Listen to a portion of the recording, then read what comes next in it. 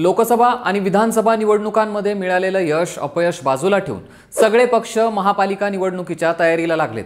विधानसभेतल्या विजयामुळे महायुती फॉर्मात दिसतीये, तर महाविकास आघाडी एकसंध लढणार की स्वतंत्र याचा निर्णय अजून झालेला नाहीये। पण शिवसेना ठाकरे गट मात्र स्वबळावर निवडणूक लढवणार अशीच चिन्ह सध्या तरी दिसतायत।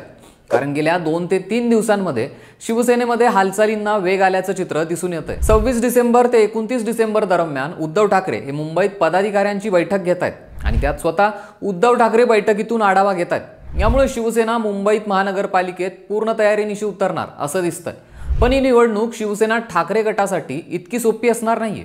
ठाकरे गटापुढे महापालिकेत कुठली आव्हानं असणार आहे आणि शिवसेनेच्या स्ट्रॉंग बाजू कुठल्या आहेत हे आपण या व्हिडिओमधून जाणून घेणार आहोत। नमस्कार, मी ऋषिकेश आणि आपण पाहत आहात लगाव बत्ती। आशिया खंडातील सर्वात श्रीमंत महापालिका अशी ओळख असणाऱ्या मुंबई महापालिकेच्या निवडणुका येत्या काही महिन्यात होणार आहेत आणि त्या दृष्टीने युती आणि आघाडीने आपली तयारी सुरू केली आहे। या निवडणुकीत सर्वांचं लक्ष असणार आहे ते ठाकरे यांच्या सेनेकडे।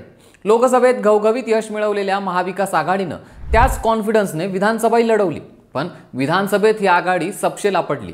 लोकसभेतल्या यशाने हुरळून महाविकास आघाडी गाफील राहिली आणि महायुतीनं नियोजनबद्ध रणनीती आखून न भूतो न भविष्यती असा विजय मिळवला। लोकसभेत राज्यातील एकूण 48 लोकसभा मतदारसंघांपैकी महायुतीने फक्त 17 जागांवर विजय मिळवला होता, तर महाविकास आघाडीनं 30 जागा जिंकल्या होत्या।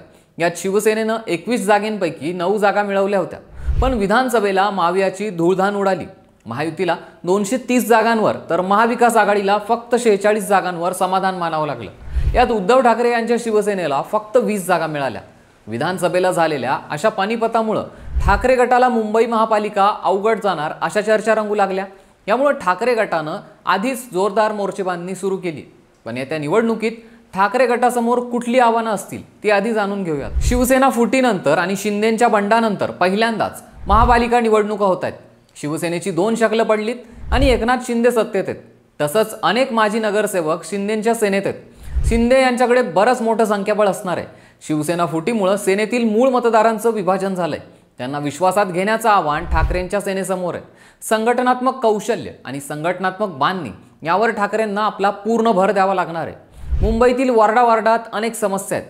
खूप वर्षांपासून प्रलंबित असलेले प्रश्न आणि समस्या सोडवण्यासाठी ठाकरेंच्या सेनेला थोडी मेहनत घ्यावी लागणार आहे। शिंदेंच्या सेनेकडे गेलेले नेते आणि कार्यकर्ते ठाकरे गटाकडे परत आणण्यासाठीही उद्धव ठाकरे यांच्या सेनेला प्रयत्न करावे लागतील।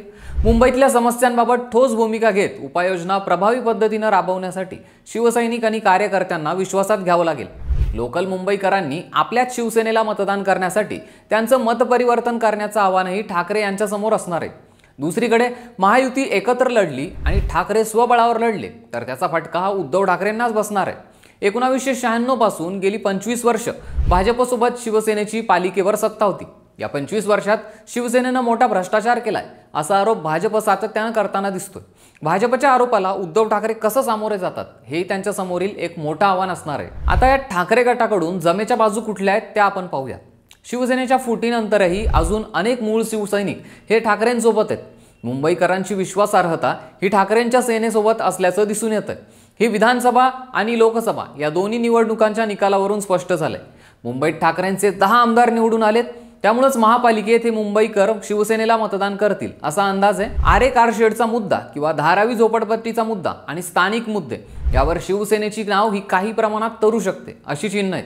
शिवसेना फुटीनंतर शिवसेना पक्ष चिन्ह याचा निर्णय ठाकरे यांच्या बाजूने न लागणं हे मुंबईकरांना काही पटलेलं दिसत नाहीये। असंच लोकसभा आणि विधानसभेच्या निकालावरून दिसतंय।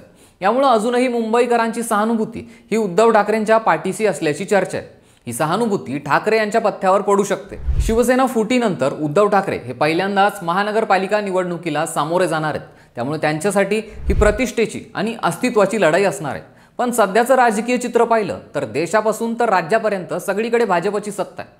विधानसभेत ठाकरेंच्या सेनेला अपेक्षित असं यश मिळालं नव्हतं। यामुळे पालिका निवडणुकीत विजय मिळवणं आणि 25 वर्षाची सत्ता पुन्हा मिळवण्याचं आव्हान ठाकरे यांच्या समोर असणार आहे। विधानसभेनंतर ठाकरे गट स्वबळावर लढणार अशी चर्चा सातत्याने ऐकायला येते। यावर संजय राऊत यांनीही स्पष्टीकरण दिलंय।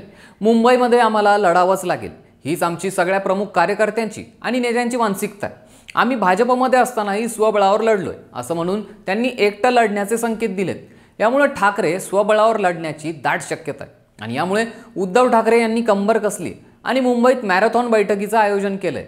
बैठकीतून उद्धव ठाकरे हे नेत्यांना यशाचा कुठला कानमंत्र देतात हे पाहावं लागेल। तसंच महापालिका निवडणुकात ठाकरे गट पुन्हा कमबॅक करणार का हेही पाहणं महत्त्वाचं असणार आहे। तुम्हाला काय वाटतं, शिवसेना ठाकरे गट आपल्या मागच्या 25 वर्षांचा इतिहास कायम ठेवू शकतो का? कमेंट करून नक्की कळवा आणि आमच्या लगावबत्ती या YouTube चॅनलला सबस्क्राईब करायला विसरू नका।